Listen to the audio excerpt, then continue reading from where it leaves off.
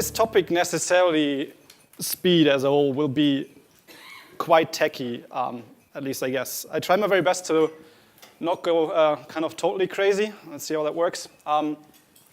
Just in case, I put the slides online to my SlideShare account. So if you want to just get that URL, and then there's everything in there, and then you can just kind of sit down, relax. There's still wine left, so maybe you want to try that. And then I just try to kind of walk you through a bit of things around performance and things that I think are really kind of important these days. And then maybe kind of when you're back in the office next week, you might want to just take that and follow up with the dev guys. I think that's hopefully how it works out. So just quickly, kind of very brief recap on things that hopefully everyone knows by now. I mean, this kind of introduction to, and then Mikkel said it earlier as well, site speed being a ranking factor. I think we all know that. It doesn't really matter how large or small the effect is. I guess at least it's somewhere amongst the more important things these days, and I'll come to that in a second. And also, believe it or not, there's obviously studies, and then again, correlation, causation, that kind of prove that at least, I'd say, fast sites don't do too bad. So Google kind of is really obsessed, I guess, with speed these days. Not sure if you've seen that. There's like recent tests in the US where they actually put a kind of a label to the search results, and they say like, okay, these results are actually slow. So it's kind of, I don't want to be the kind of the idiot having this kind of red thing to my search results, because that's obviously kind of killing click-through rate. It's kind of funny, by the way, this is all Google results. But anyways. So you all know that, right?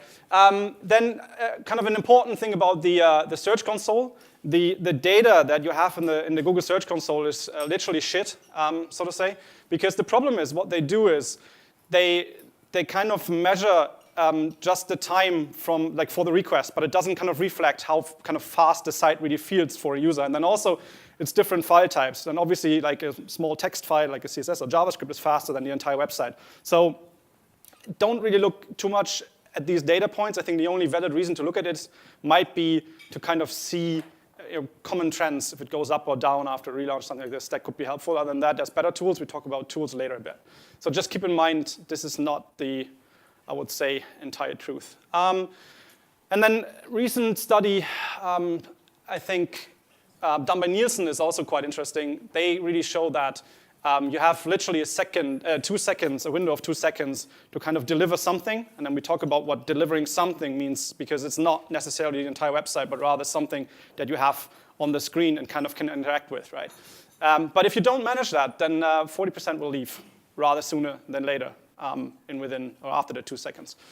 And then I think you have probably also seen those numbers. I think the most impressive one being Amazon with this kind of 1% in revenue for every 100 milliseconds. So even seems the smaller things tend to make a difference. But again, this is not new. I hope this is new. My new favorite kind of graph saying again, the level of stress caused by delays on mobile is comparable to watching a horror movie. I think that's a more interesting statistic, so I'm going to be using that from now on. What I really care about is actually engagement. Not so much the speed as a number, but rather kind of user experience and or how someone perceives, I'd say, how fast the site is, because that's what it's all about.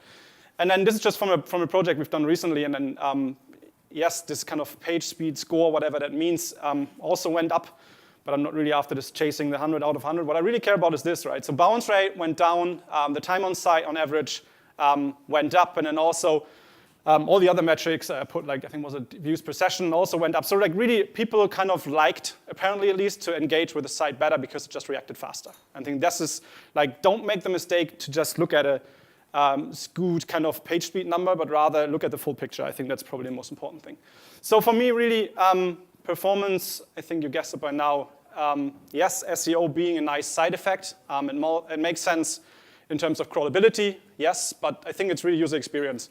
So if you're fighting for budgets, I would try to get the budgets from the UX teams. This is A, usually way bigger than the SEO budget, and B, it just makes sense to kind of team up on things. So I guess that's the way I would try to do it. So I kind of put together kind of 10 things or 10 topics that I would kind of, want you to walk through and revisit looking at a website, and I guess then if you kind of follow that process, and then yes, I know at the end the question will come that where people ask, what's the most important thing?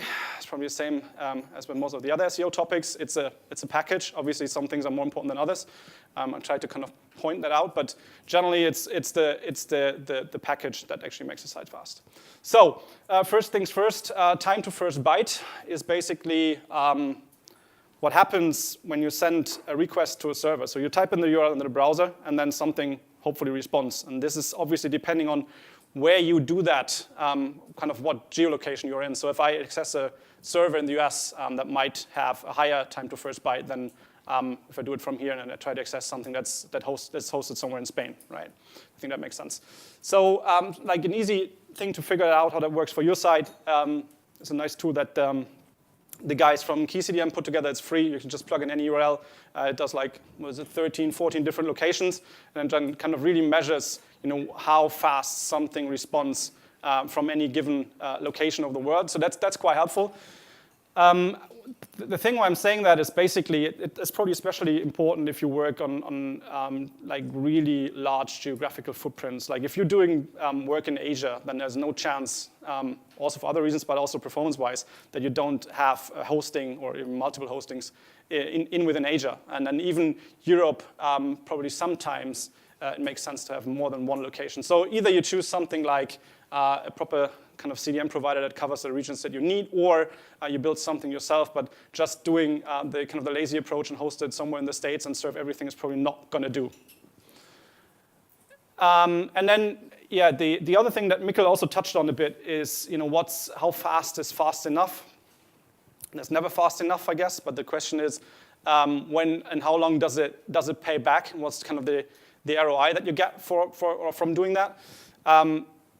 There's like a bit of an orientation on the right-hand side, and Ilya Grigorik is actually a Googler who's like behind the driving force behind lots of those kind of performance things. So really have maybe a read into that.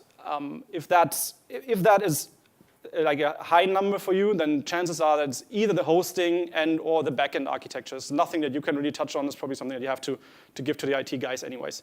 I show you in a bit how to measure that. That's actually quite easy. You just plug it into a given tool that gives you a number, and it's separated in those different steps and says like, okay, my TTFB for that location is XYZ. The other thing that's really, really still one of the biggest issue is just the amount of requests. So what happens technically if you go, you type in any given URL into the browser, what happens in the background is that browser actually is going to get different data, right? So it gets a style sheet, it gets some JavaScript, it gets some images, and all the other stuff that you request within the HTML, basically. And the longer, well, the more requests that these are, the longer it takes, because browsers have certain limits on how many requests they can do.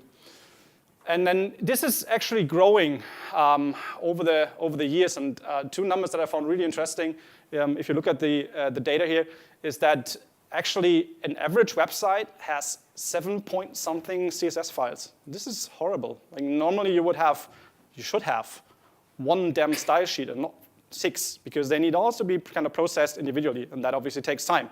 So. And then it's also true for JavaScript, and then we're going to be talking about JavaScript a bit more, but like 300 kilobytes, if you think on a mobile phone, 300 kilobytes of JavaScript code just to get to that tiny device, basically, with a limited connection is a pain. And then this is just a real-world example. It's anyone from Deichmann here? Hopefully not. Okay. This is like a Germanish, I think this is the Austrian site. Yeah, I think there's a .com site. So what they do is, you look at this kind of waterfall diagram. Basically, it kind of shows what I just told you about. So that you do the request to there's a woman shoes category, and then it loads all these files. So and basically, the first 3 seconds, this is the bar here, are wasted just to get and collect all the data in the background. So there's 3 seconds, nothing happens, nothing. I don't wait 3 seconds. I'm gone. I was like, fuck that. Anyways, so that doesn't do for me, right? And people are really, they don't want to wait. And this is like not a single occasion that happens all the time. So whenever you see this, or something similar to this, is just default installation of a typo 3 in this case, brings in like, 6 style sheets and then a shitload of JavaScript. This is bad and this is slow. So the concept to fix that And this is something you can pass on to the dev guys, is there's processes that you can run that kind of combine those requests, that kind of make them smaller. So we call it minification and consolidation, basically. So it kills off all the overhead that you don't need, comments, it makes it smaller. And then at the end of the day, you have, well, in the real world, or best world, you have one CSS, one JavaScript. I'm aware that this is not always the case, but at least reducing it as much as you can is probably one of the very, very big things, and still is, and probably still will be, especially since we have very limited kind of bandwidth on mobile devices.